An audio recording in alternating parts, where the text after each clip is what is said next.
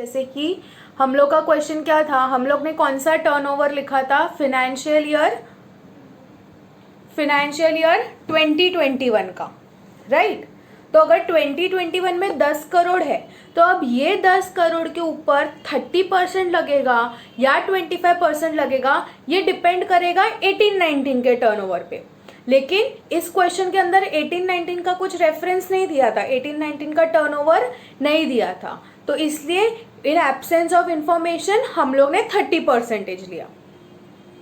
अच्छा, ठीक क्योंकि है, जैसे यस। जैसे लास्ट जब क्लास में आपने नोट लिखा है तो उसमें लिखा था डोमेस्टिक कंपनी के अंदर टोटल टर्नओवर और gross receipt of previous year 18-19 is up to 400 crore. तो उसमें टोटल टर्नओवर और ग्रॉस रिसिप्ट दोनों का मतलब एक ही होता है, पर बीच में और आ गया ना, तो अब वो और कंडीशन एक तो सेटिस्फाई कर ही रहेगा कि अप टू 400 करोड़। नहीं आप समझे नहीं। हम लोग कौन से साल के लिए टैक्स कंप्यूट कर रहे हैं, हम लोग प्रीवियस ईयर 2021 के लिए, राइट। तो प्रीवियस ईयर 2021 का कंपनी का इनकम, कंपनी का एनटीआई मतलब क्या, प्रॉफिट एंड लॉस। अगर ये पीएनएल है तो इसमें यहाँ पे सेल्स रहता है एंड यहाँ पे कुछ एक्सपेंसेस रहते हैं, राइट। आपका जीपी ग्रॉस ये जीपी वगैरह आता है, ठीक है, उसमें से और एक्सपेंस माइनस करने के बाद आपको यहाँ पे एक नेट प्रॉफिट का अमाउंट आता है, राइट। ओके, ठीक है, तो ये वाला जो प्रॉफिट है ना, इसको हम बोलेंगे एनटीआई। अब एनटीआई के अंदर बहुत सारी चीजें इंक्लूड होती है, जैसे कि एनटीआई के अंदर क्या आता है, income from salary, income from house property, income from business और प्रोफेशन, कैपिटल गेन, इफोर्स, ये सब हेड्स। तो एक कंपनी का इन सारे हेड्स का इनकम मिला के कौन से साल का, प्रीवियस ईयर 2021 का, ठीक है, ये सारी इनकम मिला के उसका एनटीआई आता है 10 करोड़ 10 लाख, करेक्ट, यहां तक समझा।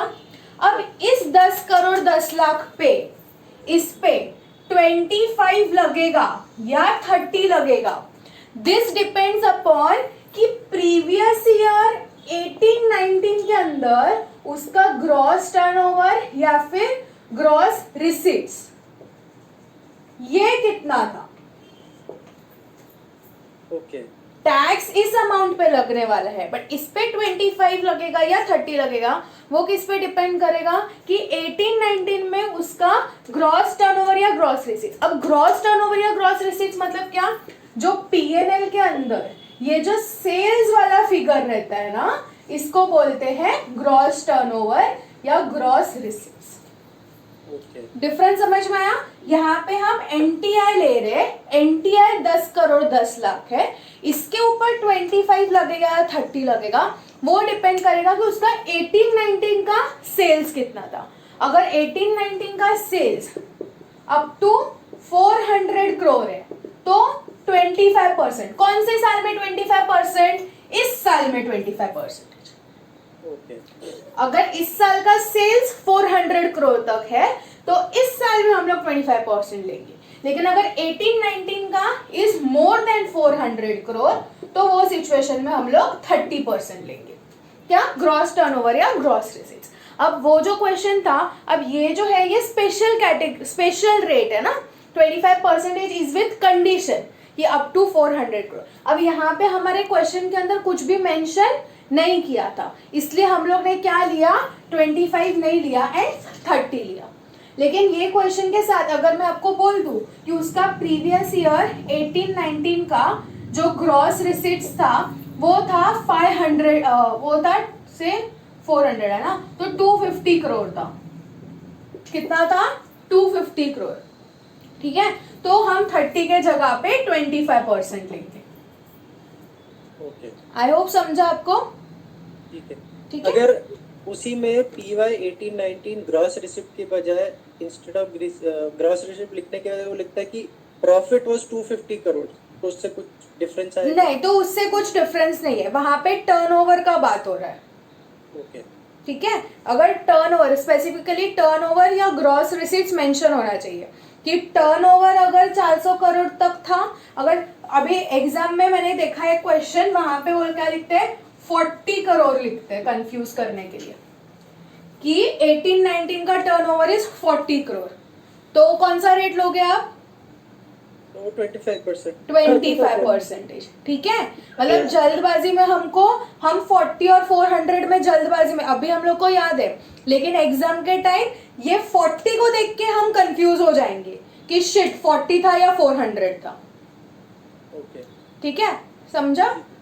तो अगर वर्डिंग भी चेंज कर दे कि PY18 में मेरा नेट इनकम या net profit instead of gross receipt या ग्रॉस लिखने के जगह लिखे तो सेम प्रोसेस है। तो सेम तो 30% ही लगेगा। अगर बोला कि प्रीवियस ईयर 18-19 का एनटीआई जो है वो समझो 300 करोड़ है, तो अपना तो ऐसा कुछ है ही नहीं, अपना एनटीआई के ऊपर डिपेंड नहीं करता है, अपना किसके ऊपर डिपेंड करता है? Gross receipts and gross turnover के ऊपर। ओके, समझा आपको?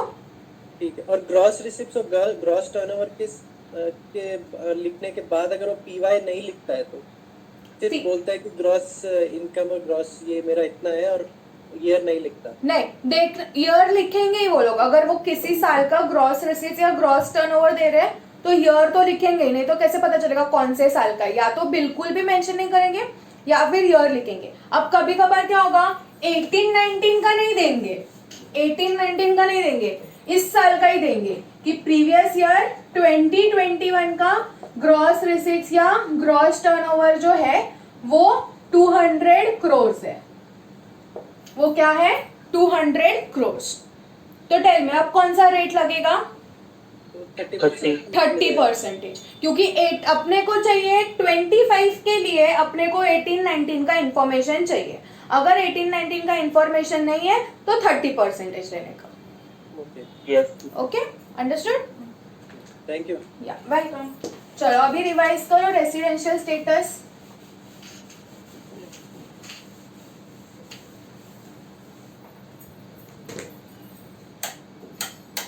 Ma'am, I have a doubt, ma'am. Yes. On the topic, people to whom second BC is not applicable. हाँ.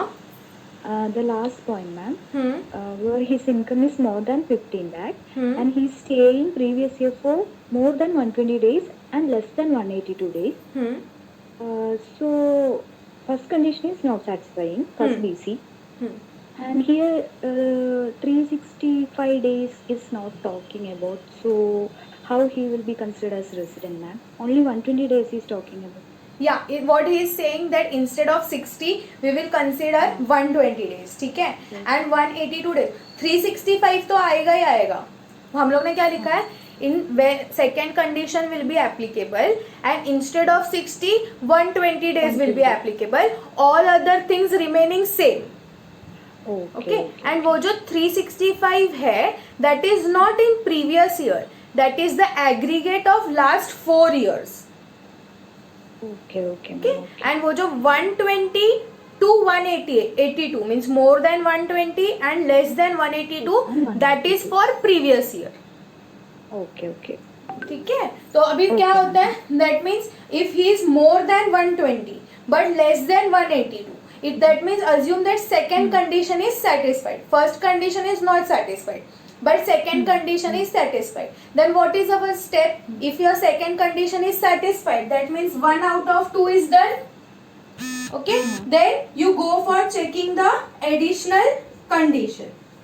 Now in additional condition is if 2 out of 2 satisfied, then R and OR. But if 1 out of 2 or 0 out of 2 satisfied, then R but NOR. But what that section is saying, that if you check, when you check this second basic condition, first is to not satisfied, but when you are checking second basic condition and if it is more than 120 but less than 182 days, that means this is satisfied, then straight away declare him R but NOR. No need of checking the additional conditions. Okay, ma'am. Okay, but for that category of people, वो Indian citizen, Indian origin, for that category of people. Okay, in that case, if this second basic condition is satisfied, more than 120 but less than 182, straight away declare him R but NOR. No need of checking the additional conditions. ठीक है? Okay. चलो let us revise फटाफट. क्या पढ़ रहे हैं हम लोग? What are we studying? Residential status. Okay, why is it important to study the residential status? To check. To decide the tax incidence. What do you mean by tax incidence? Whether a particular income is taxable in India or not, that depends upon his residential status. So to decide the tax incidence. Now what is the tax incidence? What residential status? Will it remain same in all the years? Will the residential status remain same all the years? No, it may change. Okay, it may remain same or it may change. ठीक है, it is not necessary that it will compulsorily change. It may change. ठीक है, इस साल resident है, next year भी शायद से रेसिडेंट रहेगा, उसके next year may be he could be non resident. Okay, so the residential status may change from year two year. अब जैसे चेंज होगा उसके बाद हम लोग को क्या डिसाइड करना पड़ेगा? Residential status. So we have to find the residential status of the persons. तो पर्सन्स के अंदर सबसे पहले कौन आएगा? Individual. Now individual and HUF. Individual and HUF can be resident and non resident. Resident के अंदर they can be R and OR and R but not. ठीक है, किसका? Individual and HUF. बाकी सब लोग क्या रहेंगे? रेसिडेंट या फिर नॉन रेसिडेंट. अभी हम लोग इंडिविजुअल पे आते हैं. चलो come on everyone. Individual, first of all individual is classified into how many categories? 3. One is R and OR, second is R but not, and third is non-resident. Now there are 2 basic conditions and 2 additional conditions. If अगर किसी को R and OR बनना है तो उसको क्या satisfy करना पड़ेगा? One basic conditions and both the additional conditions. अगर किसी को R but not बनना है तो क्या सेटिस्फाई करना पड़ेगा? One basic conditions and one additional condition or 0 additional condition. और अगर किसी को नॉन रेसिडेंट बनना है तो क्या करना पड़ेगा? 0 basic conditions and additional conditions are not applicable. ठीक है, जैसे ये हो जाएगा अभी हम लोग को देखना है what are these conditions. So what are the basic conditions everyone? What is the first condition? Everyone come on. Individual should be in India for 182 days or more during the previous year, or individual should be in India for 60 days or more during the previous year, and 365 days or more for immediately preceding previous year. Days in present for immediately previous year. Previous. समझा?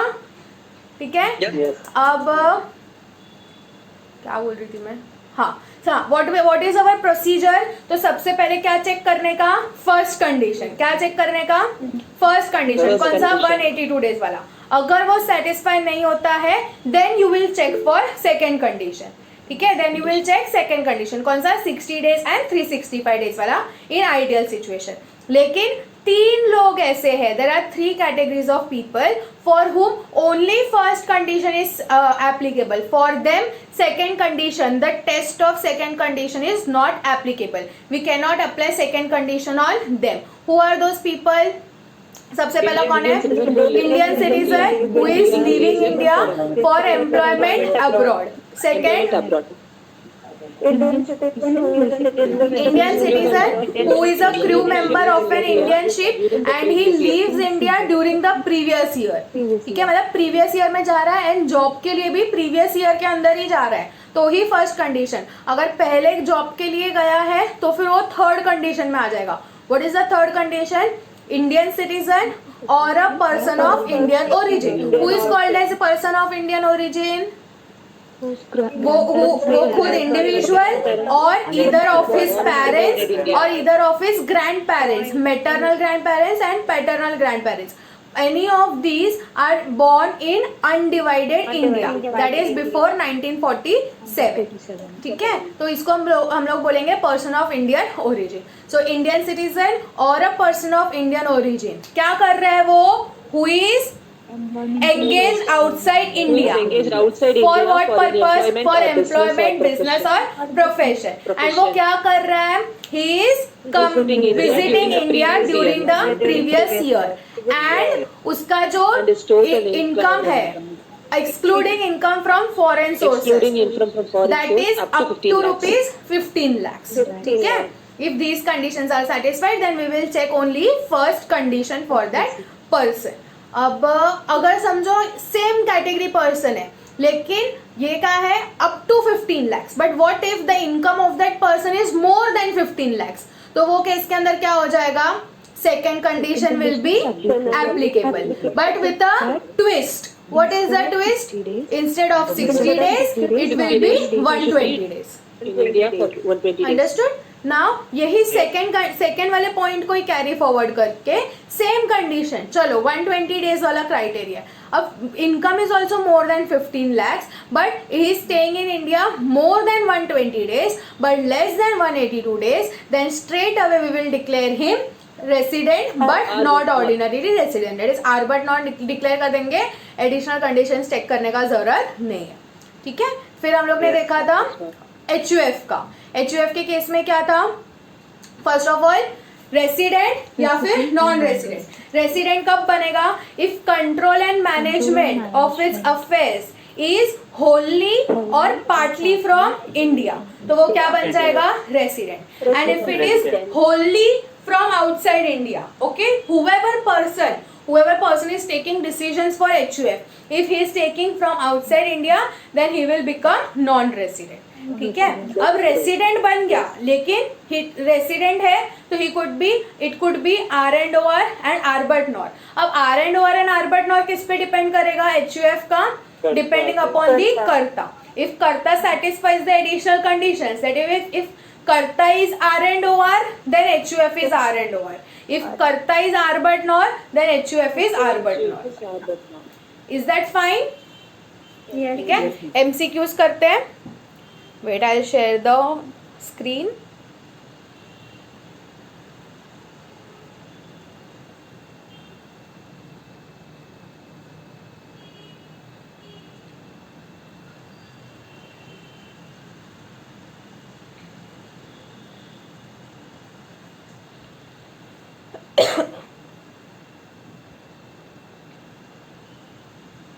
Ma'am Yes. Ma'am R and O R में HUF के जो करता satisfy करते हैं additional condition, उसका section क्या है? सेक्शन 6 सब सेक्शन 6 है एडिशनल कंडीशंस का. ठीक है? Yes Yeah. Can everyone see the screen? Yes. चलो फर्स्ट वाला देखते हैं. ध्यान से पढ़ना. ठीक है? क्या दिया है? Atul is a foreign citizen. Atul is a foreign citizen. His father was born in Delhi in 1951 and mother was born in England in 1950. His grandfather was born in Delhi in 1922. Atul visited India to see Taj Mahal and visit other historical places. He came to India on 1st November 2020 for 200 days. He has never come to India before. His residential status for assessment year 2021 will be. ठीक है? कैसे solve करेंगे अभी? First of all which is the assessment year? 21-22. ठीक है? 21-22. तो previous year क्या हो गया? 2021. That is first. तो मतलब अपने को क्या चेक करने का है कि वो इंडिया में कितने डेज के लिए रहा है? 1 अप्रैल 20 से लेके 31 मार्च 21 तक. आ रहा समझ में? अब सबसे पहले फर्स्ट क्या चेक करने का? Basic condition. ठीक है? अब बेसिक कंडीशंस में चेक करने के लिए you have to identify is he from one of those people. वो 3 कैटेगरी वालों में से है क्या ये? Yes ma'am. यस. देखो क्या बोला है? Atul is a foreign citizen. ठीक है? तो वो तो कंडीशन की फर्स्ट कंडीशन क्या था? एम्प्लॉयमेंट वाला इंडियन सिटीजन. सेकेंड क्या था? क्रू मेंबर वाला इंडियन सिटीजन. थर्ड क्या था? इंडियन सिटीजन और Indian origin. Now his father and mother. Father was born in Delhi. कभी 1951. Mother was born in England in 1950. But father के father मतलब जो भी ग्रैंड फादर, फादर के फादर, मदर के फादर, वो बोर्न हुए थे दिल्ली में 1922. तो अतुल कौन बन गया? Indian origin. ठीक है. So he is a person of Indian origin. आ गया समझ में? Yes, he is a person of Indian origin. तो दिल्ली में बॉर्न हुआ था, so he is a person of Indian origin. तो ये हो गया इंडियन ओरिजिन का. Now he is coming India, मतलब now this is Indian origin. अब यहाँ पे देखो इनकम नहीं दिया है, ठीक है. तो we assume that income is less than 15 lakhs. क्या अज्यूम करेंगे हम लोग? Income is less than 15 lakhs. अब वो कितने दिन कभी आ रहा है इंडिया में ताजमहल देखने के लिए? 1 नवंबर को. ठीक है. So in India when he is coming in India on 1st November 20. For how many days? For 200 days. Okay. Now he is a person of Indian origin who is settled abroad. He is coming India to visit India and उसका income is less than 15 lakhs. तो he is one of those persons. तो one of those persons है. तो इसके लिए अपने को कौन से बेसिस पे डिसीजन लेना पड़ेगा? Only first basic condition. Only first we have to check only first basic condition. So what is the first basic condition? 182 days. 182 days. चलो tell me क्या आएगा यहाँ पे? First condition satisfy हो जाएगी. नहीं, this is where you make the mistake. 200 days पे नहीं जाने का. क्या बोला है? फर्स्ट अपने को कौन से साल के लिए चाहिए? 1 अप्रैल से लेके 31 मार्च तक. तो ये कब से कहाँ तक आएगा? मतलब 1 नवंबर 20 से लेके 31 मार्च 21 2021 151 days. तो नवंबर 20 के डेज काउंट करो. नवंबर में कितने डेज होते हैं? 30. दिसंबर 31, जनवरी 31, फरवरी 28 एंड मार्च के 31. कितने डेज हुए टोटल? 151 days. 151 डेज. बाकी के जो डेज है वो उसने स्पेंड किए हैं फाइनेंशियल ईयर 21 प्रीवियस ईयर 21-22 में. We have to find residential status up to here only. So for in this previous year, how many days he has spent? Only 151 days, which is less than 182 days. So that means first condition is not satisfied. Will we go for checking of second condition? No, because सिर्फ first condition पे decision लेना था.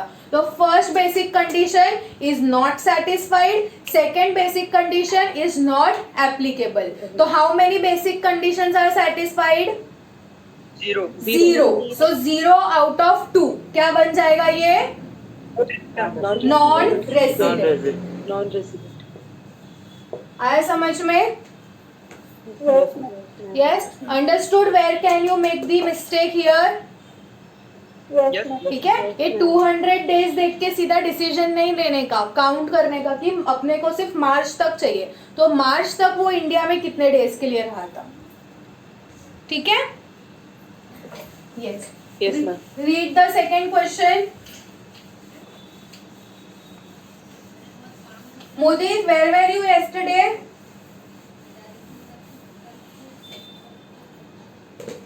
Yes, मुदित. आज भी नहीं है क्या? वो ज्वाइन तो किया था.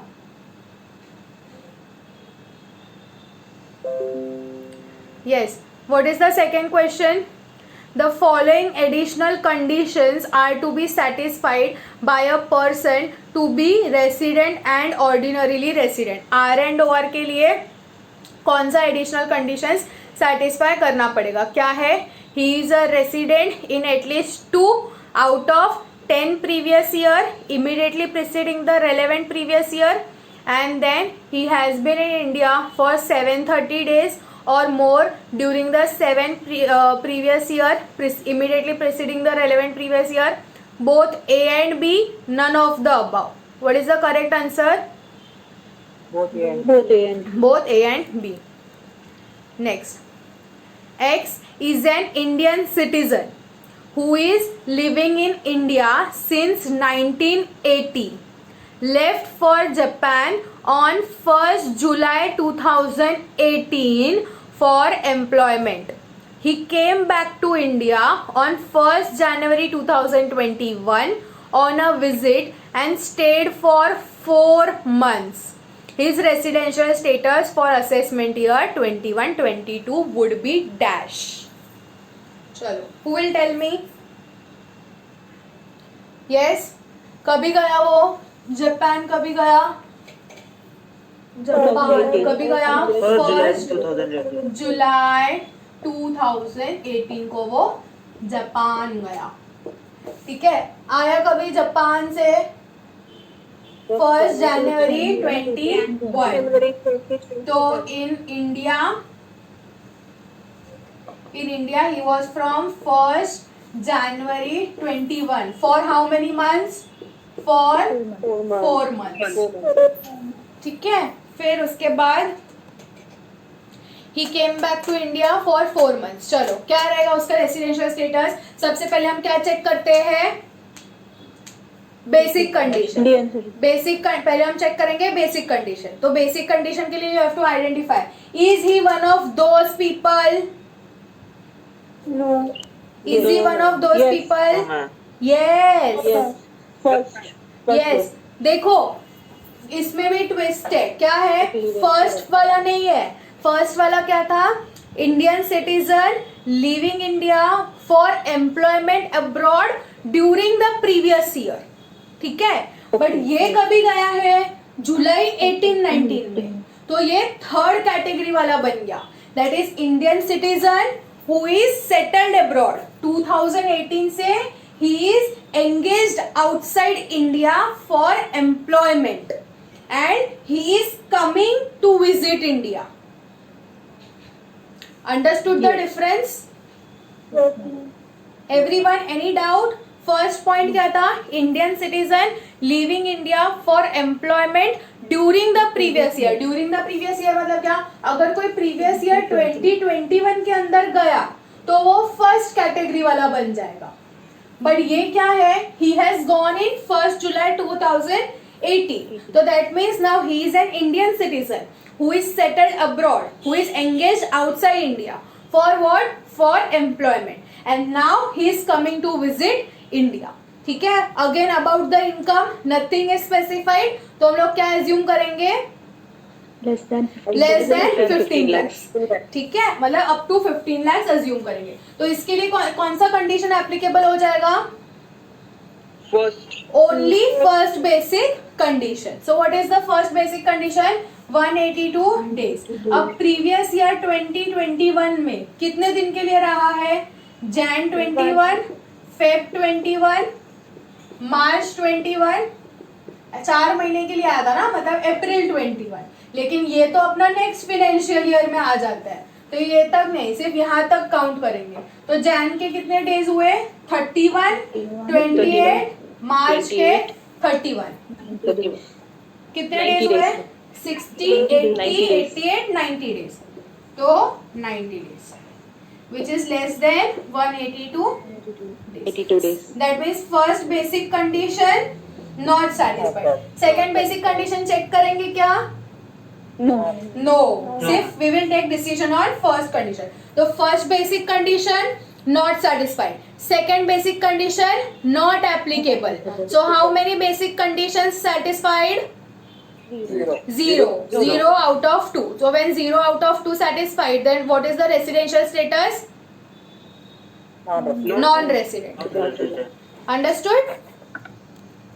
Yes. Next. Who will read? Let us make someone read. Yes. Vijay Lakshmi, read the 4th question. Yes, ma'am. Paresh, a software engineer at ABC Limited, left India on 10th August 2020 for the treatment of his wife. For income tax purpose, his residential status for the assessment year 2021 will be okay dash. So Paresh is a software engineer at ABC limited. अब एक चीज याद रखना, जो foreign company का नाम रहेगा ना उसमें लास्ट में इंक रहेगा, मतलब ABC Inc. ABC Inc means foreign company and ABC limited means Indian company. Understood? Yes, ma'am. So foreign company means ABC Inc. and Indian company means ABC Limited. So this Paresh is a software engineer who is working at ABC Limited. मतलब वो कौन है? Indian citizen है. Indian citizen. Indian Yes, citizen. Now he left India on 10th August 2020. मतलब previous year में गया India छोड़ के. But क्यों गया? Treatment for his wife. For the treatment of his wife. So is he one of those persons?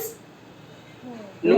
No. No. क्या था अपना, क्या था? Who is living India for employment abroad या फिर as a crew member.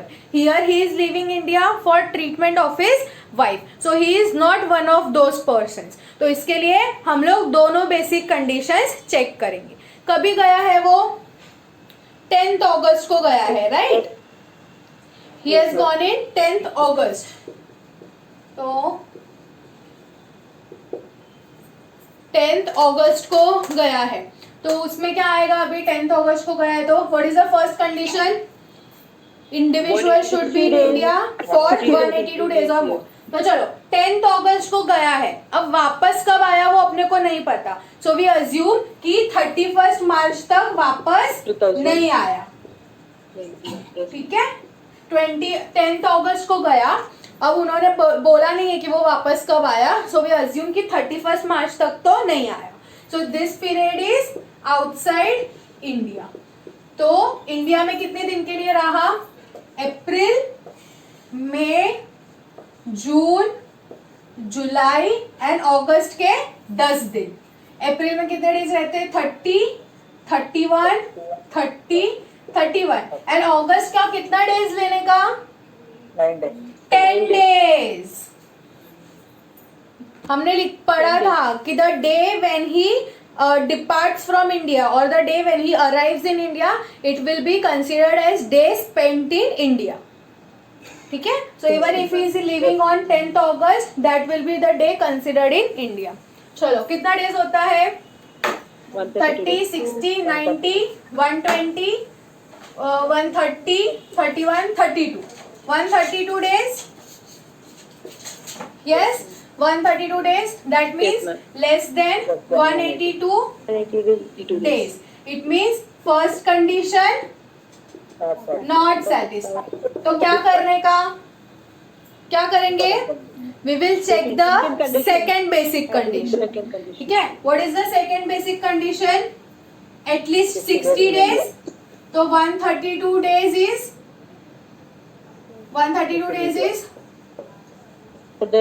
more than 60 days. मतलब ये वाला हो गया. एंड और एक कंडीशन क्या है? 65 days. 365 days और मोर इन 4 immediately preceding previous year. अब इसके पहले का 4 कौन सा आएगा? Previous year 1920, 18, 19, 17, 18, 16, 17. अब ये 4 साल के लिए उसने कुछ बोला है क्या क्वेश्चन में कि वो गया था नहीं गया था? यस, ऐसा कुछ भी उन्होंने मेंशन नहीं किया है. तो इसलिए हम लोग वर्किंग फॉर इंडियन कंपनी. हाँ, he is working for an Indian company. मतलब इतने सालों के लिए वो कहाँ पे रहेगा? इंडिया में ही रहेगा. India. ठीक है, so this is in India. That means वो 365 डेज वाला भी सेटिस्फाई हो गया. Yes, ठीक ma'am. है, that means second basic condition is satisfied. Second basic condition satisfied. तो अभी 1 out of 2 हो गया. तो रेसिडेंट आर एंड ओआर वाला भी हो गया, आर बट नॉर वाला भी हो गया. लेकिन अब वो आर एंड ओआर है या आर बट नॉर है, वो किस पे डिपेंड करेगा? एडिशनल. Very good. किस पे डिपेंड करेगा? Additional condition. Additional condition. What is the additional condition? सबसे पहला एडिशनल कंडीशंस क्या है? First, he should be resident Resident at least for at least 2 out of 10 10 immediately preceding previous year. अब resident का मतलब क्या होता है कि पिछले 10 साल मतलब क्या? Immediately preceding previous year, that is previous year 1920, 18, 19, फिर 17, 18, 16, 17, 15, 16, 14, 15, 13, 14, कितना हुआ? 1 2 3 4 5 6 7, 12, 13, 11, 12, 10, 11, 1 2 3 4 5 6 7 8 9 10 हो गया फाइनली। ठीक है, तो इतने 10 सालों में उसका जो है वो दोनों में से एक बेसिक कंडीशन सेटिस्फाई होना चाहिए। ठीक है, जब दोनों में से कोई भी एक बेसिक कंडीशन सेटिस्फाई हो जाता है मतलब वो रेसिडेंट बन जाता है, वो रेसिडेंट बन जाता है। लेकिन ऑर्डिनरी है या नॉट ऑर्डिनरी है वो किस पे डिपेंड करता है? एडिशनल कंडीशन पे। तो फर्स्ट एडिशनल कंडीशन क्या है? He should be resident for at least 2 out of 10 immediately preceding previous year. मतलब पिछले जो 10 साल है वो 10 साल में से कोई तो भी 2 सालों के अंदर उसका जो है वो बेसिक कंडीशन सेटिस्फाई होना चाहिए, कोई तो भी एक कंडीशन। तो सबसे पहला कंडीशन ही ले लो कि 182 डेज से ज्यादा रहना चाहिए। मतलब ये तो पूरा साल वो इंडिया में ही था, 365 days, 365 days, 365 days, 365 days, 365 days, ये सब सालों में वो कितने साल के लिए था? 365 डेज के लिए इंडिया में ही था। तो इसका मतलब यहाँ पे मोर देन 182 डेज मतलब फर्स्ट कंडीशन सेटिस्फाइड, रेसिडेंट। यहाँ पे भी more than 182 days resident, more than 182 days resident, more than 182 days resident. समझा? Yes. Additional condition, first additional condition का मतलब समझा? क्या बोला है? He should be resident for at least 2 out of 10 immediately preceding previous year. इसका मतलब कि जो भी इमीडिएटली प्रिसीडिंग 10 साल है उसमें से वो कोई भी 2 सालों के लिए he should satisfy the basic condition, any of the basic condition. So what is our basic condition? First basic condition क्या है? 182 डेज वाला। तो वो पिछले सालों में तो कितने रहा है? पूरा साल इंडिया में ही रहा है पिछले 10 सालों में। That means he has been for all 365 days in the last 10 years. तो 365 days is more than 182 days. That means in all the preceding 10 years, my first condition is satisfied always. ठीक है, my first basic condition is satisfied always. That means he is resident. So my first additional condition is also satisfied. What is the second additional condition?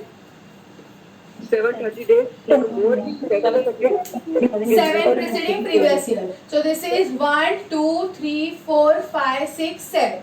That means till here. Till here he should be in India for 730 days or more. अब 730 करो कितना आता है? वो तो पूरे 365 days ही रहा था। So 365 into 7 total comes to 2555. So second condition is also satisfied. Understood? Yes, ma'am. Everyone? Yes, ma'am.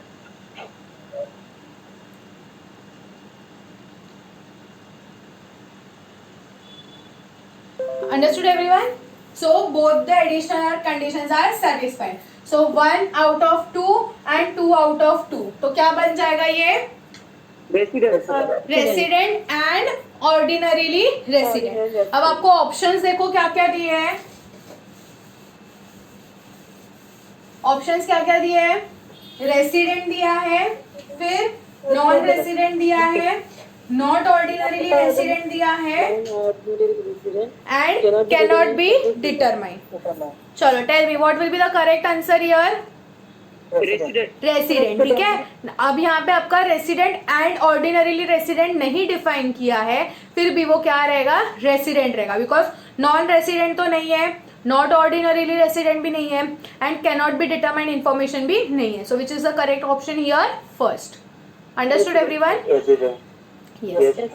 Next, Ritesh, an Indian citizen, left India for UK on 1st September 2020 to take up a job there. Residential status for the assessment year 2021 would be, क्या रहेगा? First of all, he is an Indian citizen. First condition. Yes, he is an Indian citizen. He is leaving India. When he is leaving India? 1st September 20 को. ठीक है? For what purpose? For job. चलो, tell me. Is he one of those persons? Yes ma'am Yes. तो इसके लिए हम लोग क्या चेक करेंगे? क्या एप्लीकेबल रहेगा? Only first condition. That is 182 days वाला. तो चलो, कभी गया वो इंडिया में? फर्स्ट इंडिया से 1st सितंबर 20 को. वापस कब आया अपने को नहीं पता. सो वी अज्यूम कि 31st मार्च तक तो नहीं आया. So this is outside India. इसके पहले वो इंडिया में था, तो कौन सा महीना आएगा? अप्रैल, मई, June, July, August and this सितंबर. चलो, अप्रैल के कितने दिन? 30, 31, 30, 31, 31 एंड 1. 1. चलो प्लस करो. 154 days 30, 60, 90, 120, 150, 51, 52, 53, 54. 154 days, which is less than 182 days. तो first basic condition not satisfied. So will we go for checking of second condition? The answer is no. So क्या बन जाएगा ये? First condition not satisfied. Second condition not applicable. So how many basic conditions satisfied? 0 out of 2. So 0 out of 2 रहेगा तो क्या आ जाएगा? Non resident. Understood? Yes. Yes. चलो next.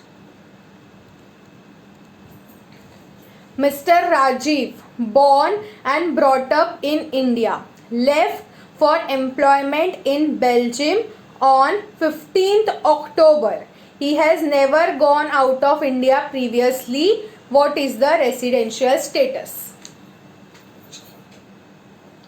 कभी गया?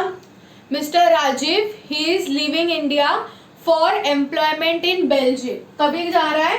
On 15th अक्टूबर 20 को. ठीक है?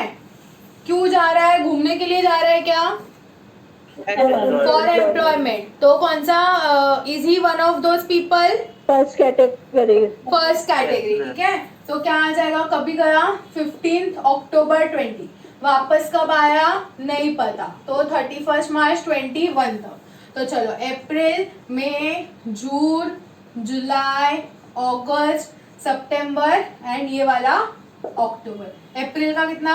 30, 31, 30, जुलाई 30, अगस्त जुलाई 31, अगस्त 31, सितंबर 30 एंड अक्टूबर का कितना? 15 डेज. ठीक है? चलो प्लस करो. 15 कितना डेज होता है? 30 plus May, June, July, August, September and October. 198 days. Yes ma'am 198 days, which is more than 182 days. खुशखबरी. क्या हो गया? First condition, satisfied. First basic condition satisfied. Second basic condition check करेंगे क्या? No ma'am No. ठीक है? तो क्या हो जाएगा? ये क्या बन गया? रेसिडेंट बन गया. और क्या बोला है वो लोग ने? ठीक है, non resident, not ordinarily resident, resident and Indian citizen. अब रेसिडेंट तो बन गया, लेकिन ऑर्डिनरीली या नॉट ऑर्डिनरीली वो किस पे डिपेंड करेगा? एडिशनल कंडीशंस पे. तो अब उसमें लिखा है he has never gone out of India. मतलब पिछले सब सालों के लिए वो कहाँ पे था? इंडिया में ही था. तो इंडिया में था, तो what is the first additional condition? 2 years out of 10. He should be resident for at least 2. Resident मतलब क्या? बेसिक कंडीशन पिछले 10 सालों में से कोई तो 2 साल में सेटिस्फाई होना चाहिए. तो वो पूरा 365 डेज पिछला 10 साल इंडिया में ही था. That means first basic condition, first additional condition satisfied. Second क्या है, he should B 30 days. 730 days out of 7 preceding previous year, 730 days. तो वो भी टोटल हो जाएगा 365 प्लस करोगे 7 सालों के लिए तो 730 डेज से ज्यादा ही होगा, ठीक है। तो ही इज नॉन रेसिडेंट तो नहीं है, नॉट ऑर्डिनरीली रेसिडेंट भी नहीं है, इंडियन सिटीजन भी नहीं है, क्या हो जाएगा वो, resident. Resident. Understood? Yes, sir. Next, Yes, ma'am. Mr. Ramji, age how many years? 55 years. Is a karta of HUF. Is a karta of HUF doing textile business in Nagar. Nagar is in India, Ahmednagar types. Then Mr. Ramji is residing in Dubai for the past 10 years and visited India for 20 days every year for filing the income tax return and taking policy decisions of the HUF. His two major sons take care of the day-to-day affairs of the business in India. The residential status of HUF क्या रहेगा? सबसे पहले HUF में क्या decide करने का? Resident है या नॉन रेसिडेंट है, वो किस पे डिपेंड करेगा? उसका कंट्रोल एंड मैनेजमेंट होली और पार्टली फ्रॉम इंडिया रहेगा या फिर होली फ्रॉम आउटसाइड। इसका क्या है, ये HUF का क्या है, कहाँ से डिसीजंस लिए जा रहे हैं? नहीं, दुबई में वो सेटल्ड है, करता जो है वो दुबई में रिसाइड करता है, but he is coming India every 20 days for filing the income tax return, taking policy decisions of the HUF। And उसके जो दो मेजर सन्स है, they take care of the day to day affairs of the business in India. तो जो India में business है उसके decisions कहाँ पे लिए जा रहे हैं? इंडिया में लिए जा रहे हैं। Understood? So he is resident. क्या बन जाएगा? HUF क्या बन गया? रेसिडेंट बन गया, ठीक है। लेकिन अब रेसिडेंट में क्या है? R&OR है एंड R बट नॉट। वो किस पे डिपेंड करेगा? कर्ता के ऊपर, ठीक है। अब कर्ता जो है, कर्ता अगर एडिशनल कंडीशन सेटिस्फाई करेगा तो R&OR, एडिशनल कंडीशन सेटिस्फाई नहीं करेगा तो R बट नॉट। तो अभी हम लोग कर्ता का देखते हैं। सो कर्ता का क्या आएगा? Additional conditions. What is the first additional condition? 2 years out of 10. Out of 10 immediate preceding out of 10 immediately preceding previous year. अब क्या बोला है? He is residing in Dubai for the past 10 years।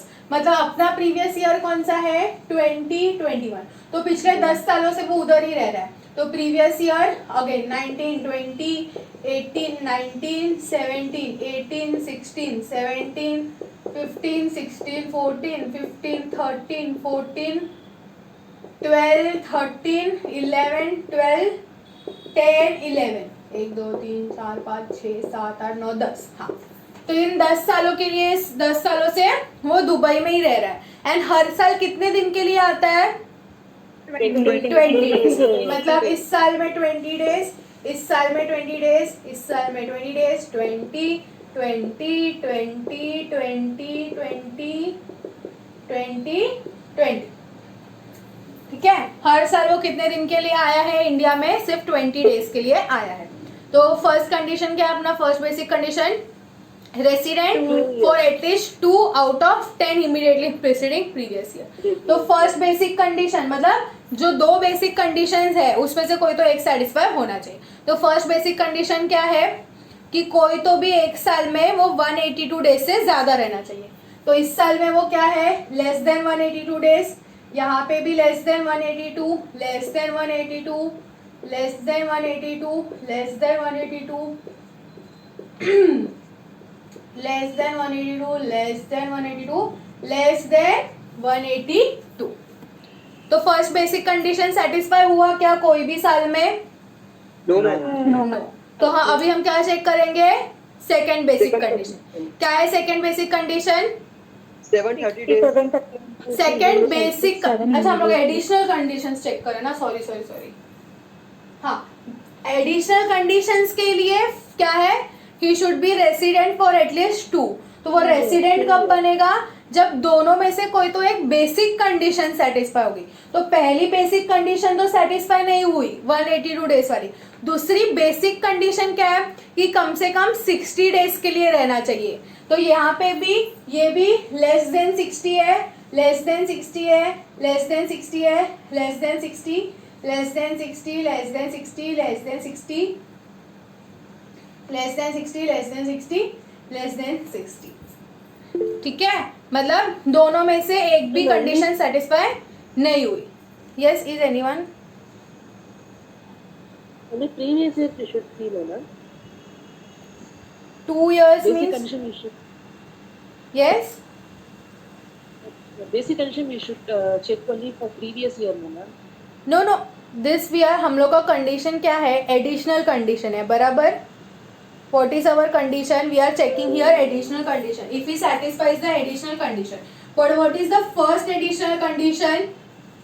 He should be resident for at least 2 out of 10 immediately preceding previous year। अब resident किसको बोलेंगे, resident किसको बोलेंगे? who satisfies the basic condition. Very good, जो दो basic condition में से कोई तो एक बेसिक कंडीशन सेटिस्फाई कर लेगा उसको हम रेसिडेंट बोलेंगे। ठीक है, तो हम लोग चेक कर रहे हैं एडिशनल कंडीशन, पर एडिशनल कंडीशन में क्या बोला है कि 10 साल में से कोई तो 2 साल के लिए वो क्या रहना चाहिए, रेसिडेंट रहना चाहिए। ओके, तो रेसिडेंट कब बोलेंगे, जब पिछले 10 सालों में से कोई तो 2 साल में इधर he will satisfy any one of the basic condition. तो जो फर्स्ट बेसिक कंडीशन है वो भी सेटिस्फाई नहीं हुआ, जो सेकेंड बेसिक कंडीशन है वो भी सेटिस्फाई नहीं हुआ, मतलब 1920 के लिए वो क्या था, नॉन रेसिडेंट, फिर 1819 के लिए वो क्या था, नॉन रेसिडेंट, 1718 के लिए नॉन रेसिडेंट, 1617 के लिए भी non resident, 1516 non resident, non resident, non resident, non resident, non resident and non resident. समझा? So for all these years he was non-resident. That means first additional condition is not satisfied. Understood? Yes, ma'am. Yes. अब इसको थोड़ा और अलग type से समझते हैं। समझो 1617 में वो आया था 220 डेज के लिए, 1617 में इस साल वो आया था 220 डेज के लिए, 1415 में वो आया था 320 डेज के लिए। ओके, एंड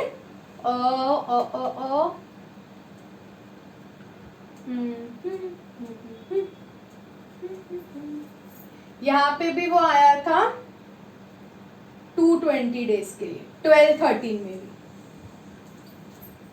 1213, 1617, 1415 एंड 1213, ये 3 साल में मैंने चेंजेस किया, मतलब 1617 में वो आया था, बाकी सब में 20 डेज आया था, बट 1617 के लिए 220 डेज के लिए आया था, 1415 के लिए 320 एंड 1213 के लिए 220। अब क्या होगा, फर्स्ट वाला तो 20 डेज है, मतलब less than 182, less than 60, less than 182 है, मतलब first basic condition not satisfied, that's why I was checking second condition. तो second condition is at least 60 days तो रहना चाहिए इस प्रीवियस ईयर में। ठीक है, तो वो उसमें भी वो नहीं है। फिर हम लोग चेक करेंगे उसका रेसिडेंशियल स्टेटस 1819 का, तो 1819 में also less than 182, less than 60, therefore he is non resident.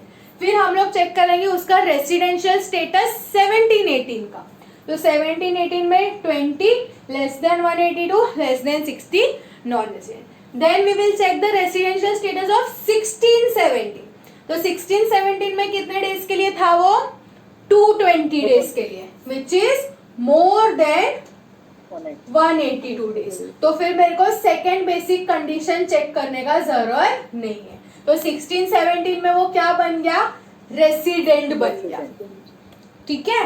Similarly 14-15 में ऑल्सो मोर देन 182 डेज, तो 14-15 में क्या बन गया, वो रेसिडेंट बन गया। 13-14 में again only for 20 days, less than 182, in 13-14 he is non resident. Again for 12-13 this is more than 182 days, I will not check 60 days wala condition and he becomes the resident. Understood? Now what is the additional condition? He should be resident for at least 2 out of 10 immediately preceding previous year. So out of 10 previous year, he is resident for 3 years and he is non-resident for 7 years. Understood? सो अपना तो क्या है, ma'am ये basic condition तो कभी भी satisfy नहीं कर पा रहा है। जैसे सेकंड आपने जो ऑप्शन दिया है उसमें भी बेसिक कंडीशन सेटिस्फाई नहीं कर रहा है। जब बेसिक कंडीशन सेटिस्फाई नहीं कर रहा है तो वो रेसिडेंट तो वैसे भी नहीं हो सकता। क्यों बेसिक कंडीशन सेटिस्फाई नहीं कर रहा है? अभी हम लोग ने चेंजेस करने के बाद, हाँ तो चेंजेस करने के बाद भी वो 60 प्लस तो होना चाहिए ना, 60 डेज तो होना चाहिए। रेसिडेंट बनने के लिए दोनों बेसिक कंडीशन में से कोई भी एक बेसिक कंडीशन। हाँ तो फर्स्ट में 60 डेज, आपने 60 डेज लिखा है वहाँ पे फर्स्ट वाले में ना। हाँ तो फर्स्ट वाले में तो वो सिर्फ 20 डेज के लिए ही आया है। तो हम तो सेकंड जो कंडीशन है उसमें 60 डेज होता है ना, 60 डेज प्रीवियस ईयर में 60 डेज हाँ। प्लस 365 4 इयर्स के लिए, ठीक है ना। बट इसमें 60 डेज वाले तो दोनों होना चाहिए ना, 60 भी होना चाहिए और 365 भी होना, दोनों होना चाहिए। हाँ तो उसका तो 60 ही नहीं हो रहा है। हाँ तो बेसिक कंडीशन तो दोनों सेटिस्फाई नहीं कर रहा ना। हाँ इसलिए हम लोग ने उसको नॉन रेसिडेंट लिखा है। तो वो नॉन रेसिडेंट जब हो ही गया है तो उसके बाद हम लोग उसकी आगे की एडिशनल कंडीशंस क्यों चेक कर रहे हैं? सी वो इस साल के लिए नॉन रेसिडेंट है, प्रीवियस ईयर 19-20 का उसका रेसिडेंशियल स्टेटस नॉन रेसिडेंट है। ये प्रीवियस ईयर 18-19 का उसका रेसिडेंशियल स्टेटस नॉन रेसिडेंट है। किसका? कर्ता का। दिस इज अबाउट कर्ता। कर्ता का प्रीवियस ईयर 19-20 का नॉन रेसिडेंट है। देखो हम लोग क्या चेक कर रहे हैं, HUF का रेसिडेंशियल स्टेटस, राइट। अब HUF जो है वो मेरा रेसिडेंट बन गया, क्यों? क्योंकि उसका कंट्रोल एंड मैनेजमेंट इंडिया से हो रहा है, तो वो रेसिडेंट तो बन गया। अब ये जो है वो R&OR है या R/NOR है, वो डिपेंड करेगा कर्ता के ऊपर। एडिशनल कंडीशन, कर्ता अगर एडिशनल कंडीशन सेटिस्फाई करेगा तो। अब कर्ता का फर्स्ट एडिशनल कंडीशन क्या है? He should be resident for at least 2 out of 10 immediately preceding previous year. मतलब उसका जो पिछला 10 साल है वो 10 सालों में से कोई तो 2 साल के लिए उसका रेसिडेंशियल स्टेटस जो है वो रेसिडेंट होना चाहिए, ठीक है। पिछले 10 सालों का, उससे हम डिसाइड करेंगे कि उसका इस साल का रेसिडेंशियल स्टेटस क्या है। Okay, so this we are checking, he should be resident for at least 2 out of 10 immediately preceding previous year. तो उसमें हम क्या देखेंगे, अब पिछले 10 सालों का उसका रेसिडेंशियल स्टेटस चेक करेंगे हम लोग कि पिछले 10 सालों में वो क्या था, रेसिडेंट था या नॉन रेसिडेंट था, ठीक है। तो उसमें हम लोग ने पहले देखा प्रीवियस ईयर 19-20, तो 19-20 के लिए तो वो कितने दिन के लिए आया था, सिर्फ 20 दिन के लिए। तो अब कोई पर्सन रेसिडेंट है वो किस पे डिपेंड करता है कि दोनों बेसिक कंडीशंस में से कोई तो एक सेटिस्फाई होना चाहिए। तो वो तो सिर्फ 20 दिन के लिए आया था, तो फर्स्ट बेसिक कंडीशन क्या है, 182 डेज वाला, वो सेटिस्फाई नहीं हुआ। सेकेंड बेसिक कंडीशन के अंदर क्या आता है, 60 and 365 डेज, एंड वर्ड है बीच में, तो इसका तो 60 वाला भी सेटिस्फाई नहीं हुआ। तो दोनों में से एक भी बेसिक कंडीशन उसका सेटिस्फाई नहीं हुआ। तो प्रीवियस ईयर 19-20 के लिए वो क्या है, क्या था प्रीवियस ईयर 19-20 के लिए नॉन रेसिडेंट। वैसे ही हम लोग उसका 18-19 का चेक करेंगे कि वो 18-19 के लिए इंडिया में कितने दिन के लिए आया था, 20 दिन के लिए। Again less than 182 less than 60 कोई भी बेसिक कंडीशन उसका सेटिस्फाई नहीं हुआ तो प्रीवियस ईयर 18-19 में वो क्या था, नॉन रेसिडेंट था. ठीक है, वैसे ही एक्चुअल क्वेश्चन के अंदर वो सब साल में 20 डेज के लिए आया है, मतलब सब साल के लिए वो नॉन रेसिडेंट है. अभी हम लोग ने क्या चेंज किया कि 16-17 यहाँ पे 16-17 14-15 एंड 12-13 ये 3 साल के अंदर हम लोग ने 220 320 एंड 220 कर दिया. तो ये 7 इयर्स वाला ये फॉलो कर रहे हैं, 7 इयर्स वाला भी फॉलो कर रहे हैं ना? नहीं, अभी तक तो हम लोग फर्स्ट एडिशनल कंडीशन चेक कर रहे हैं. फर्स्ट जो एडिशनल कंडीशन है ना कि वो रेसिडेंट है कि नहीं, तो हम लोग क्या कर रहे हैं उसके पिछले 10 सालों का रेसिडेंशियल स्टेटस चेक करने का. रेसिडेंशियल स्टेटस पिछले 10 सालों का, ये इन 10 सालों में से कोई भी 2 साल के लिए वो रेसिडेंट रहना चाहिए. तो हम लोग बोलेंगे कि first additional condition is satisfied. Are you people getting वो इट? है ना, 2 साल से ज्यादा ही है. हाँ, वो तो अभी हम लोग ने बनाया उसको. राइट, अभी सेकंड हमने चेंज किया ना इससे. हाँ, ये चेंज किया मैंने. पहला वाला जो था वो पूरा नॉन रेसिडेंट था, Non-resident. तो पूरे 10 सालों के लिए वो नॉन रेसिडेंट है. इसका मतलब फर्स्ट एडिशनल कंडीशन सेटिस्फाई नहीं हुआ. ठीक है, क्योंकि फर्स्ट एडिशनल कंडीशन क्या बोलता है कि वो कम से कम 2 सालों के लिए रेसिडेंट होना चाहिए, बट वो पिछले पूरे 10 सालों के लिए क्या था, नॉन रेसिडेंट था. मतलब फर्स्ट एडिशनल कंडीशन मेरा सेटिस्फाई नहीं हुआ. बट ये कैसा, हाँ अंडरस्टूड, बट ये कैसे सेटिस्फाई होता है मैं वो बता रही हूँ कि अभी समझो यहाँ पे 220 320 एंड 220, तो इन 3 सालों के लिए हमने उसको क्या बना दिया, रेसिडेंट बना दिया. तो अभी पिछले 10 सालों में से वो 3 साल के लिए रेसिडेंट था एंड 7 साल के लिए वो नॉन रेसिडेंट था. मतलब इन 10 सालों में उसका 3 साल का रेसिडेंशियल स्टेटस रेसिडेंट था एंड 7 साल का रेसिडेंशियल स्टेटस नॉन रेसिडेंट था. समझा इतना सबको? हाँ, अब ये हो गया.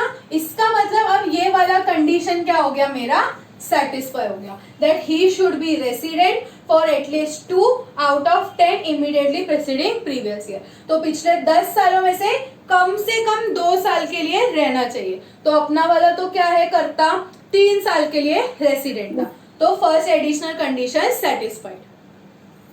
I hope everyone understood now. ठीक है, अब उसको ओरिजिनल बना देते हैं. जैसा था वैसा, सिर्फ 20 डेज था, 20 डेज था, यहाँ पे भी 20 डेज था. ये था नॉन रेसिडेंट एंड ये भी था नॉन रेसिडेंट. ठीक है, अगेन लेस देन 60, कोई भी सालों में वो सेटिस्फाई नहीं कर रहा था. लेस देन 60, यहाँ पे भी लेस देन 60. तो पूरे 10 सालों के लिए मतलब first additional condition not satisfied. Second additional condition क्या बोलता है, at least 730 days in 7 immediately preceding previous year. ये तो इजी है, पिछले 7 सालों का उसका टोटल कर लो. तो ये 1 2 3 4 5 6 7, तो कितने दिन के लिए आया है वो, 20 दिन के लिए आया है. 7 into 20 140 डेज. 140 days. तो 140 days is less than 730 days. तो second additional condition is also not satisfied. तो अब क्या बन गया, ये रेसिडेंट है but zero additional conditions are satisfied, 0 out of 2. तो क्या बन गया ये, R but not. Very good. तो क्या बन गया, HUF क्या बन गया, R but not. No. I hope understood. Yes, ma'am. Yes, sure. Any doubts? No, ma'am. No. किसी को कुछ डाउट है अभी बोल दो. सम बोर्ड पे ही है, इसमें हम लोग चेंजेस करके I can explain you with example. है किसी को कुछ doubt? No, ma'am. No, ma'am. Yes, Bhavyashri, ma'am, in additional conditions 2 years meant any specific number or days. नहीं, days नहीं, year, पूरा year का बात हो रहा है, पूरा previous year 1920. Okay, ma'am. ठीक है, चलो नेक्स्ट क्वेश्चन पे जाते हैं. Yes, anyone read? Rohit, read the next question. Yes, ma'am. 8th question. If Karta is resident and ordinarily resident in India, but control and management of HUF is situated partly outside India in the previous year, the HUF is. Yes, tell me what is the HUF? क्या बोला है, देखो कैसा घुमा के पूछा है question, एकदम चिंदी है, कैसा घुमा के पूछा है देखो. If karta is R and O R, so your karta is here, karta is R and O R. फिर क्या बोला है, R and O R in India, but control and management of HUF is situated partly outside India. कहाँ पे आएगा HUF का control and management partly outside India. Partly outside India, that means partly in India. Partly outside India means partly in India. India. तो ये रहा partly in India. So if it is partly in India, if it is partly in India, तो वो क्या बन जाएगा, resident. Resident. Resident.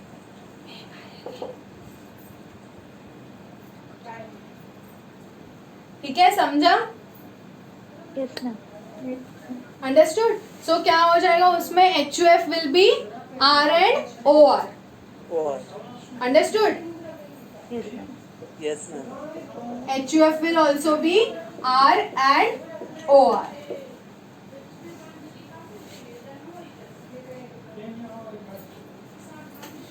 ठीक है, नेक्स्ट रीड करते हैं. ये समझा सबको? No, ma'am. Yes ma'am. हाँ, No, ma'am. नहीं समझा, देखो क्या बोला है, आप ही रीड करो क्वेश्चन वापस, रीड करो question. If Karta is resident and ordinarily resident in India, but control and management of HUF is situated partly outside India in the previous year, the HUF is. हाँ, तो HUF जो है, पहले क्या बोला है, if karta is R and OR in India. तो अपना वाला जो चार्ट है ना, वो याद करो. HUF है, उसमें क्या था, रेसिडेंट एंड नॉन रेसिडेंट. यहाँ पे क्या था, कंट्रोल एंड मैनेजमेंट होली और पार्टली इन इंडिया. यहाँ पे था होली आउटसाइड इंडिया. उसके बाद क्या था, ये तो हो गया R and OR का, रेसिडेंट का. फिर R and OR and R but nor. कब बनेगा वो R and OR, कब बनेगा, इफ कर्ता R and OR तो HUF R and OR. And ये कब आएगा, इफ कर्ता R but नॉर तो HUF भी R but नॉर. अब पढ़ो क्वेश्चन क्या दिया है. If karta is R and OR, if karta is R and OR मतलब ये वाला condition in India, but control and management of HUF is situated partly outside India. Partly outside India का मतलब क्या होता है, partly in India. Non resident कब बनेगा, होली आउटसाइड इंडिया. पूरा का पूरा डिसीजन अगर बाहर से लिया जा रहा है तो वो नॉन रेसिडेंट बनेगा. यहाँ पे क्या बोला है, partly outside India. Partly outside India को मैं दूसरे शब्दों में ऐसा बोल सकती हूँ, that partly in India. Yes, ma'am. Yes, तो मतलब ये वाला कंडीशन. ओके, तो जब कर्ता R and OR है एंड जो कंट्रोल एंड मैनेजमेंट है वो पार्टली इन इंडिया है, तो HUF क्या बनेगा आपका, resident and ordinarily resident. Ordinary. R and OR बनेगा. समझा Yes. रोहित, समझा आपको? Yes, ma'am. यस, ठीक है, एकदम चिंदी क्वेश्चन था, लेकिन देखो कैसे घुमा के पूछा था. ठीक है, कुछ भी नहीं था ये क्वेश्चन के अंदर, बट घुमा के पूछा था. चलो नेक्स्ट पढ़ो again. Who will read? Rohit, read. Yes, ma'am.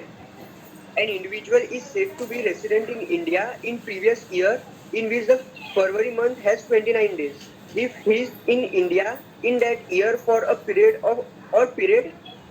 amounting in all to. Okay, see again this is question with a twist.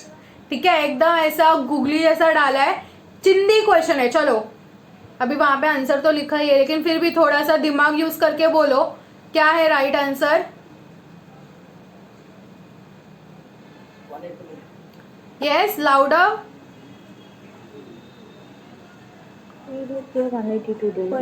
Why 182 days? It is already said he is resident in India in previous year. So what? He said here they have asked an individual is said to be resident in India if he is in India for so and so days. But February में तो 29 days रहता है, तो पूरे साल में तो 366 days हो गया, तो 183 days आना चाहिए ना. More than है ना. हाँ, तो 182 days और मोर के जगह पे हम लोग 183 days एंड मोर ले लेंगे. कि हम लोग ने इतना पढ़ा एक्ट में, कहीं पे भी हम लोग ने पढ़ा बाइफर्केशन की अगर लीप ईयर है तो इतना डेज लेने का. No, ma'am. There is no bifurcation, there is leap year और नो लीप ईयर. कितना डेज है? 182 डेज और मोर. तो ये ऐसा एग्जाम में देख के कंफ्यूज नहीं होने का कि 29 डेज है तो 366 डेज हो गया तो 183 डेज हो जाएगा. No, if it is leap year or no leap year, the days are same, that is 182 days or more. Understood? Yes. Next, read next. Sanya, read. Ram, who was born and brought up in India, left for employment in Dubai on 20th August 2020. His residential status in respect of the assessment year 2021-22 would be. चलो आप लोग करो calculate. Tell me the days and what will be the residential status. Try yourself. First category में आएगा. Yes, first category.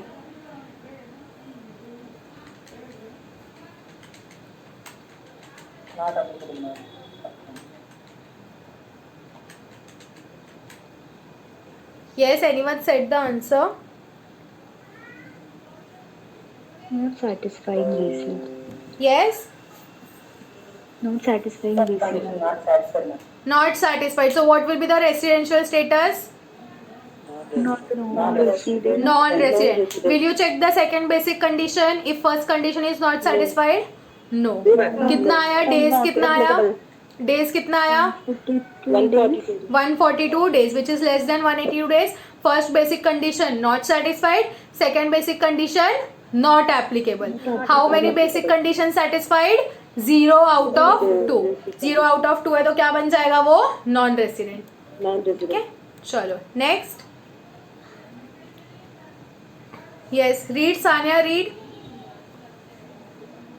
HUF of Ashwin, consisting of himself, his wife, and 2 sons, is assessed to income tax.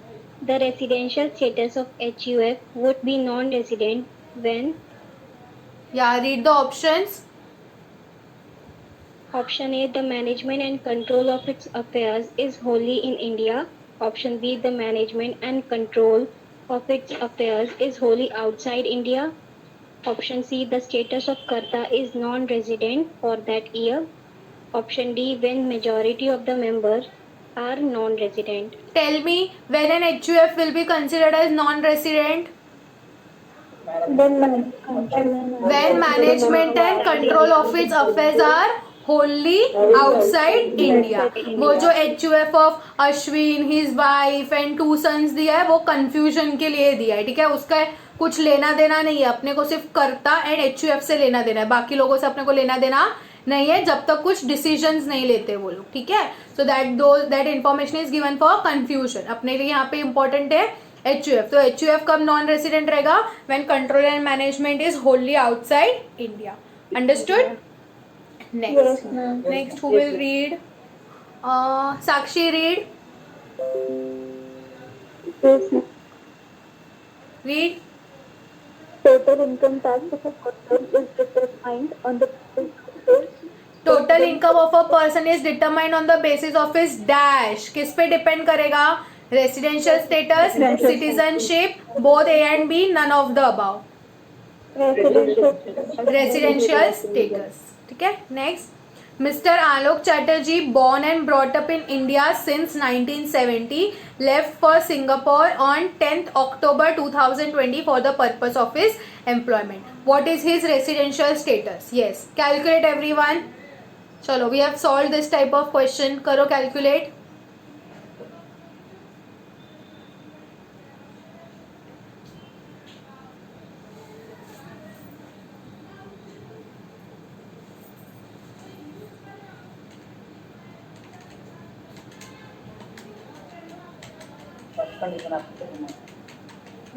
First condition of first basic condition. First basic condition is, इसके लिए क्या applicable होगा? First ही condition applicable होगा and जो first condition है वो satisfy हो जाता है, मतलब रेसिडेंट बन गया. लेकिन रेसिडेंट बन गया, लेकिन अभी क्या चेक करने का है? R and O R and R but NOR. ठीक है, चलो चेक करो. R and O R and R but nor.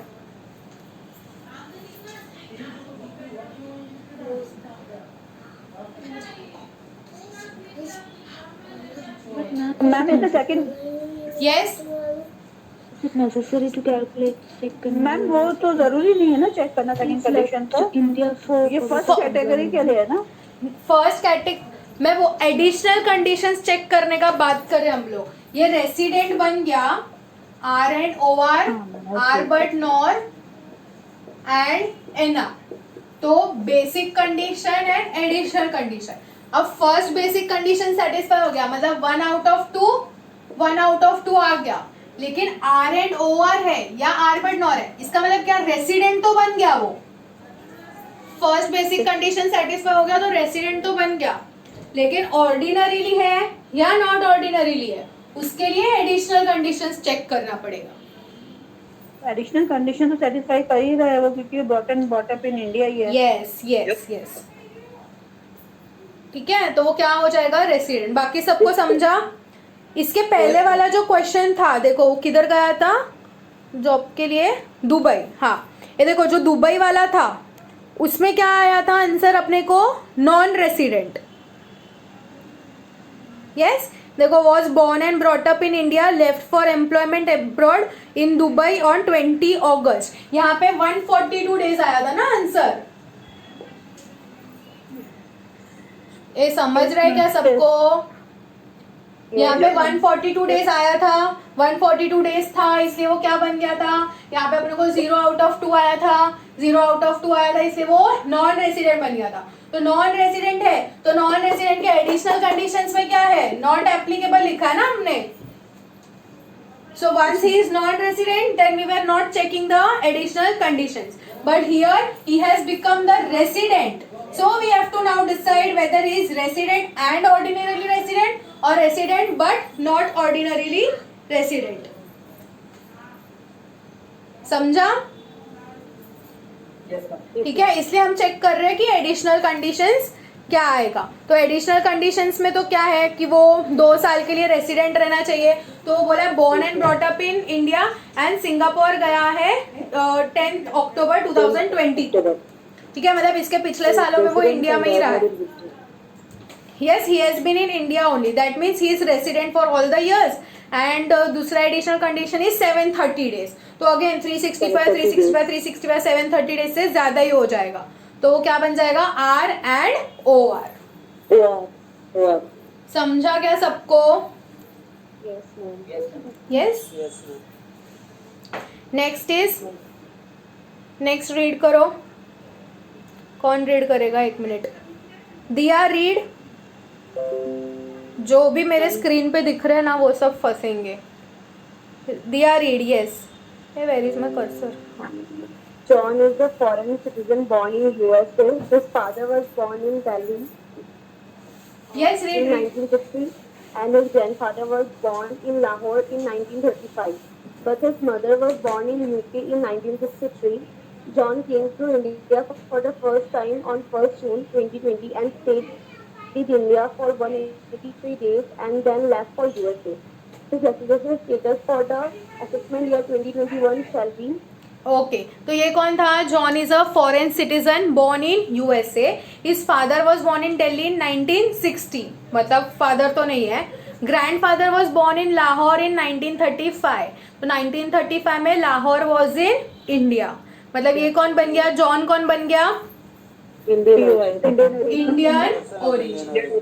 No information about income. तो what do we assume? less than 15 lakhs. Less than up to 15 lakhs. ठीक है.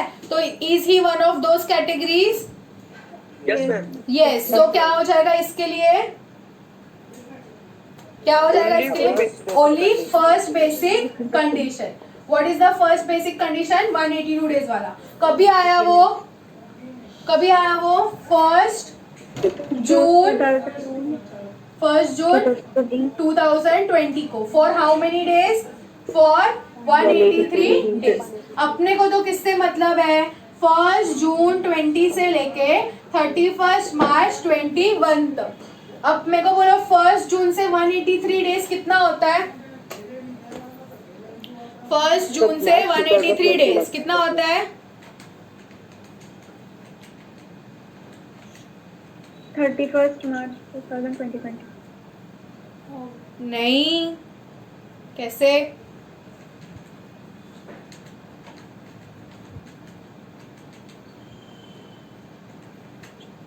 Till November, ma'am, 30th November.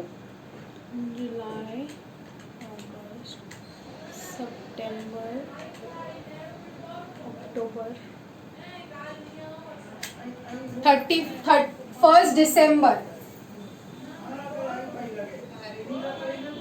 1 दिसंबर 2020 यहाँ तक जाता है 183 डेज.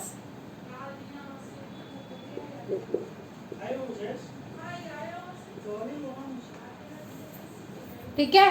तो 1 जून से लेके 1 दिसंबर तक कितना होता है? 183 डेज होता है. This period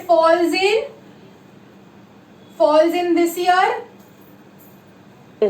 yes. That means previous year 2021 में वो कितने डेज के लिए रहा है? 183 डेज के लिए.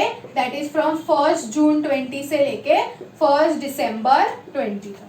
ठीक है. तो क्या बन जाएगा वो? क्या बन गया वो? Resident. आया समझ में इतना? Yes, ma'am. ठीक है. रेसिडेंट तो बन गया, लेकिन इसके बाद क्या देखना है मेरे को? आर एंड ओ आर है या फिर आर बट नॉर है. तो वो किस पे डिपेंड करेगा? एडिशनल कंडीशंस पे. तो now tell me, now here he is become the resident, but now R and O R है या फिर आर बट नॉर है. तो who is he? He is a foreign citizen. And क्या लिखा है? John came to India for the first time. Okay. मतलब पिछले सब सालों के लिए अपना एडिशनल कंडीशंस क्या है?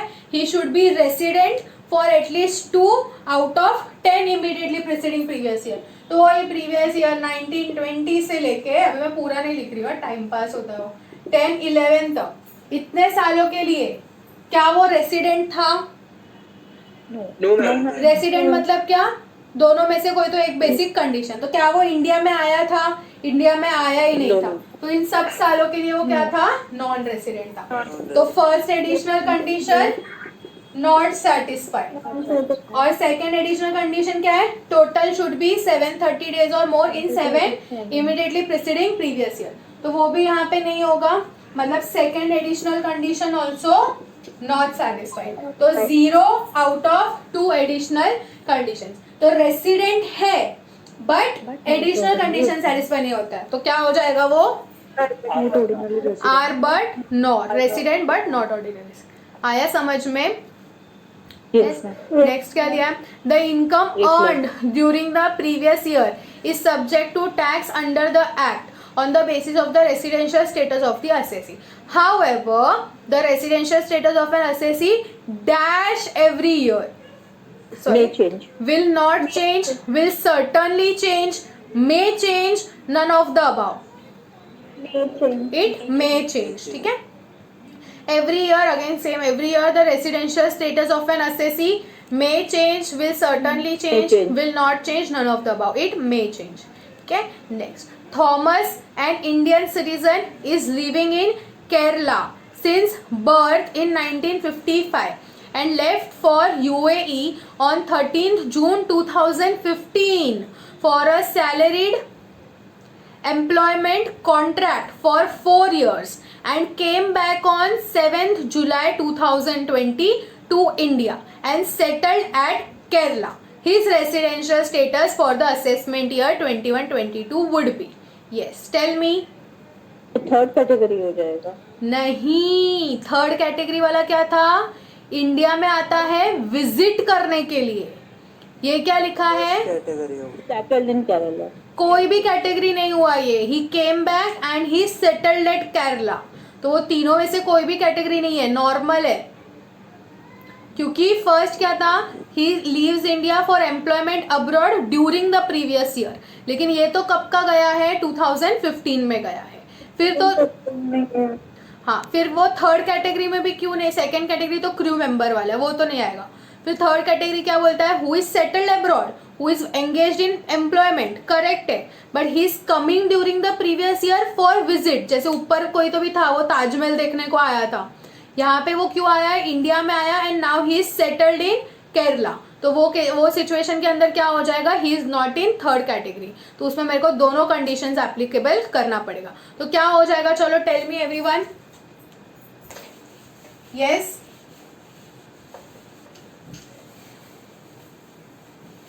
अभी ये देखो, ये 7 जुलाई से लेके आगे तक का देखना होगा. 7 जुलाई मतलब पहले हम लोग फर्स्ट बेसिक कंडीशन चेक करते हैं. तो आया कभी? 7 जुलाई को. 7 जुलाई तक नहीं था, तो मतलब 7 जुलाई 20 से लेके 31 मार्च 21 तक वो इंडिया में था. कितना डेज होता है? काउंट करो फटाफट, फटाफट काउंट करो. ऑब्वियसली 182 डेज से ज्यादा ही होगा. 300. कितना? How much? 300. 300. 267. डेज काउंट करने में भी मिस्टेक कर रहे हो तुम लोग. जुलाई का कितना दिन हुआ? 31 में से 6 दिन माइनस कर दो, 25 दिन जुलाई. फिर अगस्त, सितंबर, अक्टूबर, नवंबर, दिसंबर, जनवरी, फरवरी, मार्च. 268 हाँ 268.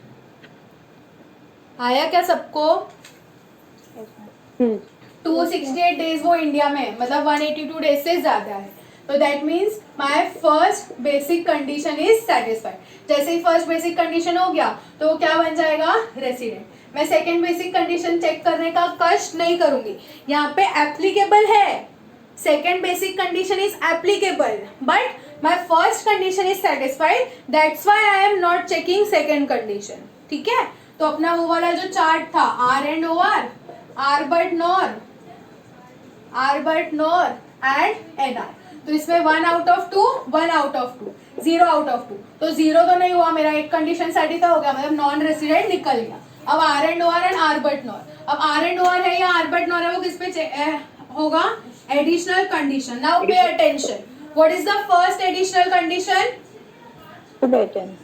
He should be resident for at least 2 out of 10 immediately preceding previous year.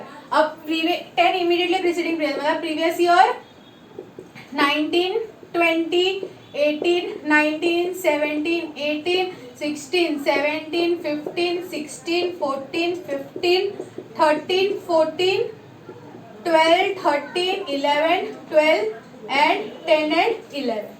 ठीक है? अब वो क्या बोला है क्वेश्चन में? He has left UAE on 13th June 2015 for a salaried employment contract for 4 years. मतलब कौन से साल में गया, कभी गया है वो? 13th June 2015 13 जून 2015। तो कौन से साल में आता है जून 15? कौन से साल में आएगा? ये 15-16 के अंदर आएगा। जून 15 कौन से साल में आएगा? यहाँ पे, मतलब यहाँ पे वो 15 जून को गया है।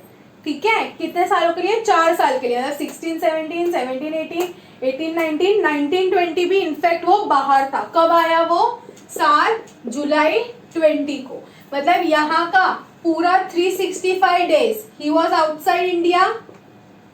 यहाँ का पूरा 365 days outside India.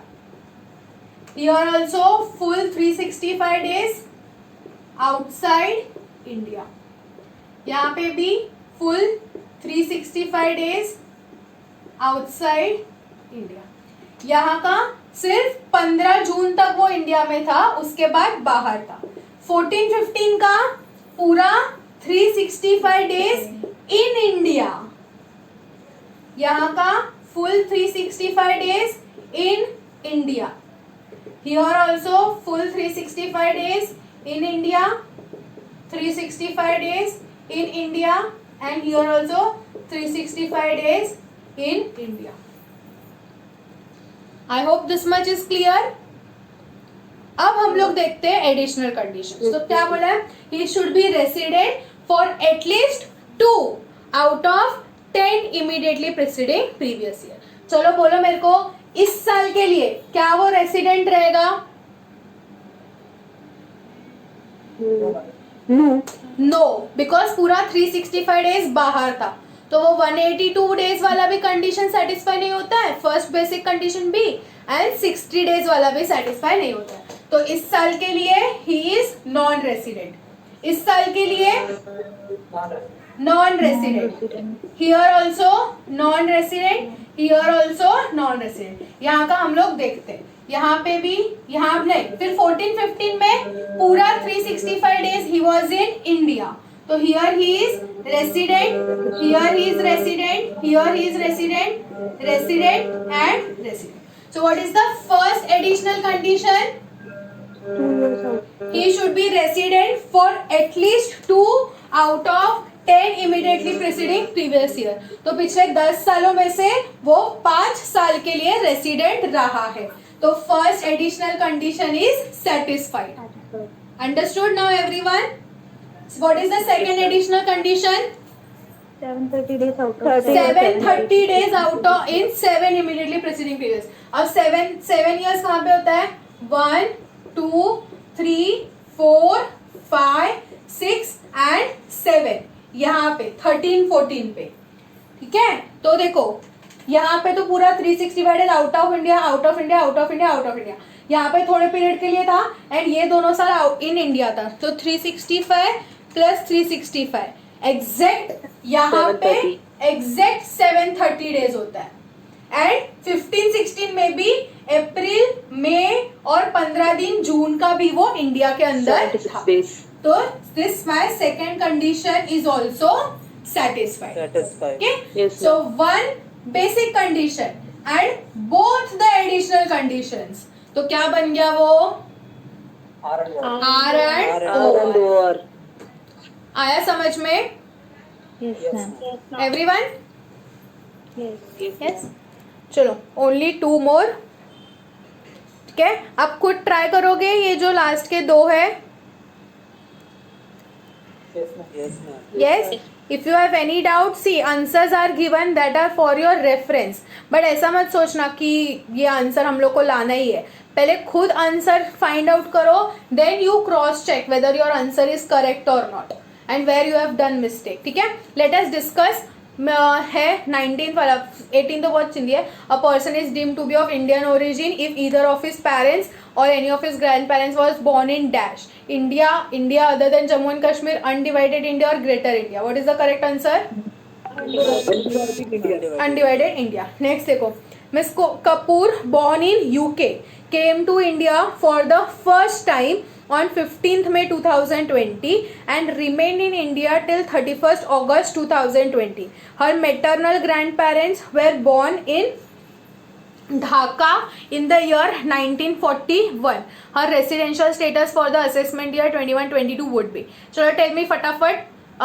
Dhaka means what? 1941 में undivided India.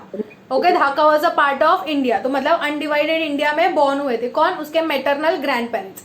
And he is born in UK. तो मतलब she is an foreign citizen, but her grand parents were born in undivided India. तो कौन बन गई वो? Indian origin. Indian origin. तो is she one of those persons? Yes. तो उसके लिए तुम लोग सिर्फ फर्स्ट कंडीशन चेक करोगे. तो वो कभी आई है इंडिया में? सिर्फ 10th मई को, एंड गई कभी है? 31st अगस्त को. डेज काउंट करोगे. If it is less than 182 days तो non resident, more than 182 days तो फिर एडिशनल कंडीशंस भी चेक करना पड़ेगा जो सेटिस्फाई नहीं होगा. Okay, next. Shane Warne, an Australian cricketer coming to India regularly for playing different leagues matches since April 2013 and was staying in India in each of the financial year for 100 days. His residential status for the previous year 31-32. अब ये ध्यान से calculate करना पड़ेगा. सबसे पहले तो क्या चेक करोगे? Now he is Shane Warne, an Australian cricketer. तो is he one of those persons? Tell me now. Yes? No. Yes, very good. समझा. इंडियन सिटीजन तो नहीं है, लेकिन इंडियन ओरिजिन है क्या? उसके पेरेंट्स या ग्रैंड पेरेंट्स इंडिया में बॉर्न हुए थे क्या? No. So he is not one of those persons. तो पहले तुम चेक करोगे फर्स्ट बेसिक कंडीशन. तो फर्स्ट बेसिक कंडीशन क्या है? 182 डेज वाला. लेकिन ये कितने दिन के लिए रहा है? सिर्फ 100 डेज के लिए. तो फर्स्ट बेसिक कंडीशन सेटिस्फाई नहीं हुआ. तो क्या हम सेकेंड कंडीशन चेक करेंगे? यस. यस. सिर्फ फर्स्ट किसके लिए है? Of those people. उनके अलावा जितने भी लोग हैं, अगर फर्स्ट सेटिस्फाई नहीं होता है तो हम सेकेंड चेक करेंगे. समझा everyone? He is not one of those person. तो इसको सेकेंड कंडीशन एप्लीकेबल है. तो अगर फर्स्ट कंडीशन सेटिस्फाई नहीं होता है तो हम सेकेंड कंडीशन चेक करेंगे यहाँ पे. ठीक है. चेक करने के बाद तो सेकेंड कंडीशन क्या है? 60 डेज या उससे ज्यादा एंड 365 डेज और मोर इन 4 इमीडिएटली प्रीसीडिंग प्रीवियस ईयर. ठीक है. तो 60 डेज से तो ज्यादा है, एंड पिछले 4 सालों का काउंट करेगा तो 100 मतलब 400 डेज हो गया. ठीक है. मतलब 365 डेज से ज्यादा है तो रेसिडेंट बन गया. फिर आर एंड ओआर है या आर बट नॉर है, ये चेक करना है. ट्राई करोगे खुद से? Yes ma'am. यस. एंड जो वो दूसरा वाला जो पीडीएफ सेंड किया है एमसीक्यूज वाला है, उसमें भी एमसीक्यूज है, वो भी ट्राई करना. That will B homework for you. If you have any doubt you can ask me.